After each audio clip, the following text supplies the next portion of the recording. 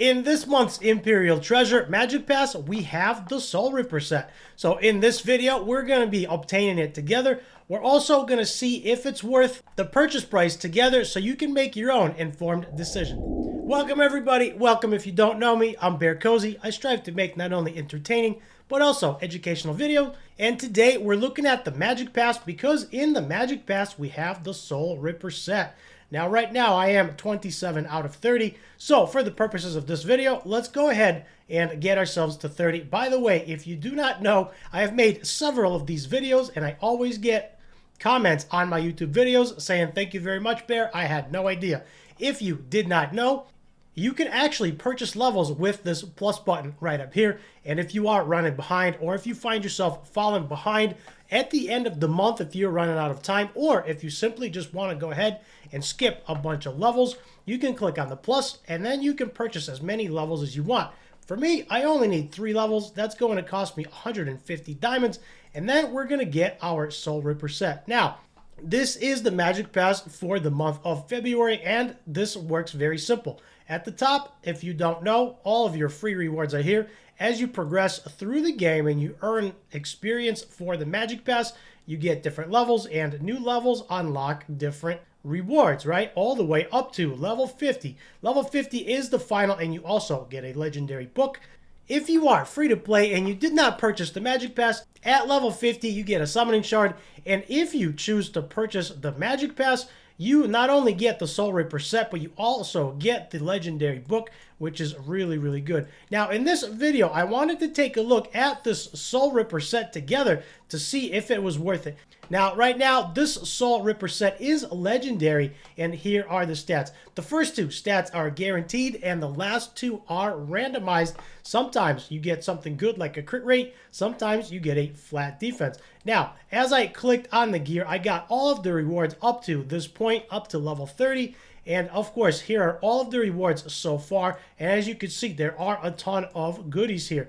Now, what I wanted to do in this video is go ahead and look at all of the gear together so you can make an informed decision whether it's worth the $10. At first glance, Soul Ripper is a 4-piece set. It gives you plus 15% attack. It also deals 15% more damage to the main target, and it has a 50% chance of dealing additional damage. 35% additional damage to the main target, to be exact. So as you could see, the Hell Dagger is really, really nice. To me, at first glance, this looks like an advanced assassin set. Not only do you get 15% more attack, you also deal more damage, and you have a 50-50 chance to deal 35% additional damage as well. So that is a lot of damage. Now, if we look at this dagger, as I've mentioned, we have crit rate percentage, which is very good. We have speed, which is very good. And then we also have attack and health percentage. Dagger is definitely a keep. And did I mention it was a 6-star legendary dagger? Moving on to the necklace. The necklace is attack, which is very, very good. However, the only good stats here are crit damage and speed. Agility is okay, so we'll have to see how this rolls. If we get a double roll on speed or crit damage, we are golden. So we are going to lock this one as well. But depending on how this rolls, we may or may not keep it. Moving on to the Hell Cape. Looking at the Hell Cape, this is actually fairly good. We have a health percentage substat. We have a crit rate substat as well, and attack percentage. What we want to see on these pieces of gear is percentages. We do not want flat stat, but if it had to be a flat stat, attack is okay. It's better than any other flat stat on this piece. So we're going to lock this together, and we'll also roll some of these together. I just got done rolling a whole bunch of gear during the gear enhancement event, so I don't know how much I have left. Now, looking at the Hell Hood, which is the helmet piece, we have attack percentage and crit rate percentage. Defense and attack are both flat. That's not ideal. Hopefully, it'll roll on the top 2. And then moving up to the ring, looking at the ring, we have a crit rate ring. Crit damage would be much better. That is what most of the players are using higher up. We've transitioned from crit rate to crit damage because we can get enough crit rate from substats. Now, looking at the crit rate ring, that is still okay. The fact that it's a 6-star legendary, it's worth rolling to see if we roll decent. I am going to lock this. Hopefully it'll roll on attack percentage or crit damage percentage. The other two flat stats are pretty useless, so if we roll there, that is gonna be scrap. And then health boots are speed boots, which is pretty good. Attack boots are much better, but speed boots are always a welcome addition. They're always usable. We can always start out in speed boots and then transition into attack percentage boots. As you can tell, for secondary stats, we have defense percentage, attack percentage, and crit rate percentage. Ideally, you don't want defense and attack on the same piece of gear. However, for the purposes of this video, considering it is a very rare set, this is going to work. So those are the pieces. Let's jump in and roll some of this stuff. All right, jumping over to Zatlax, I am just going to showcase some of this gear on Zatlax. We're going to go to set, and then we're going to go to Soul Ripper. Now, right now, I only have 6 pieces of Soul Ripper, but we can still roll it. So let's go ahead and roll it, see if it rolls any good. And right now, the way that I roll it is I roll it to 6.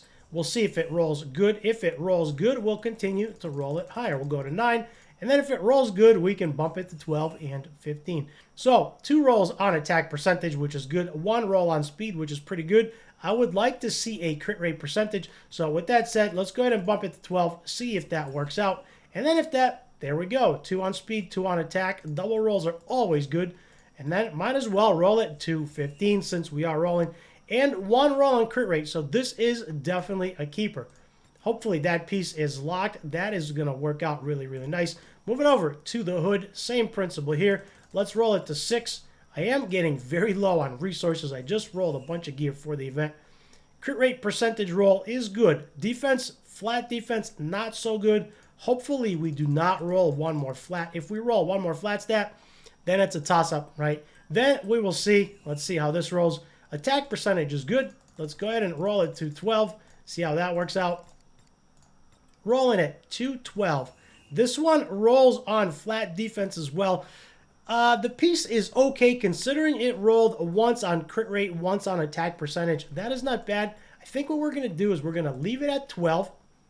And we're going to leave it there. If it rolled a little better, it would be worth taking it to 15. But at this point, we are going to leave it at 12. And it is still usable because it is a Soul Ripper set. Moving over to the defense cape. That has 3 percentage substats. Same thing here. We're going to roll it to 6. See how that rolls.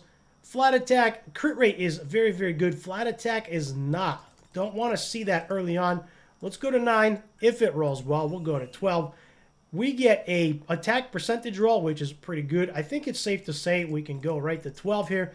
And hopefully this one rolls well as well. It is lagging a little bit. Secondary flat attack roll. If it had to roll on a flat stat, the best thing we can get is an attack. However, it is flat, so we are going to stop there. This piece is not worth rolling to 12. I accidentally double-clicked on it. Let's go back up here. Now, let's go on to boots. Let's roll our boots, see how they roll. Same thing here. We're going to roll it to 6. I typically roll to 6, 9, and 12, and then I go from there. There we go. This is a perfect example of do not continue to roll. Double roll on a flat defense. We had a 75% chance to get something really good, and it rolled like crap. So, with that said, this is not going to get rolled any further, and we're going to move on. Crit rate ring is pretty good. Substats are not the best. This is most likely not going to roll well. Let's see. Let's roll it to 6. Maybe we'll get lucky on that one. 1 percentage attack roll, 1 flat roll. Nothing great. Let's go to 9, and we'll probably stop there. Now, rolling this piece, double attack percentage, not too bad. Might as well go to 12 on that one. As long as it keeps rolling percentage, especially an attack percentage, and a crit damage roll. Now, this one is worth rolling to 15. However, I am going to stop here because my 15 typically tends to roll flat, and it is a crit rate percentage ring, not a crit damage ring, so I am going to stop there. Moving on to the necklace. Necklace is attack percentage. It has 2 good stats. Agility is okay. If we get anything else, it's not going to be worth it, and I am low on resources. So let's roll it to 12, or let's roll it to 6 rather. 1 crit damage. Flat defense. If we get 1 more flat stat, that is going to go in the bin. So right now, we are going to 9. Let's see how this rolls. Yep, defense percentage there. So at this point, I would normally stop, but we have a judgment call to make. Normally, I would stop if this was any other piece of gear. However, if this set is very good, which I think it is, and I only have a few pieces, what I am going to do is most likely I can roll this up to 12 again, see if we can get speed on this or see if we can get something else out of it. Normally, with any other piece of gear, I would stop, but considering we don't have a whole lot of pieces here, yep, definitely should have stopped at 9. So we can use it like this, or we can work around it and we can do something like this to complete a full set.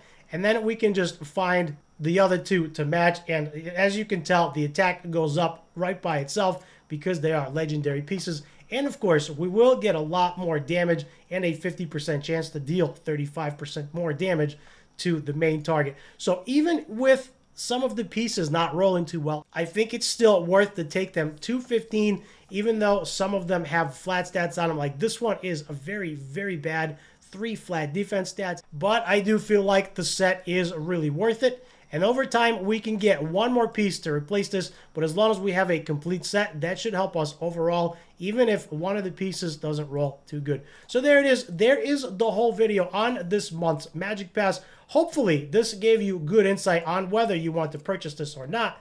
If you've been on the fence, I think to me, the Magic Pass is worth it. For me, it is $10, and for me, it's very worth it, especially with a 6-star set of Soul Ripper. And as you can see, Soul Ripper gear is really, really good. The set bonuses are amazing. Whether it rolls good or not, that's another story. So there we go. I hope this video has been helpful to help you make an informed decision. With that said, hit the like and the subscribe down below. Also, leave me a nice comment. Let me know if you are purchasing the set, if you find value in the set. And also, there's a legendary book at the end. Don't forget about the legendary book. I think for 10 bucks with all of the rewards there, all of the resources, it is very, very worth it. Leave me a nice comment down below, and for more BearCozy videos, check out the top right.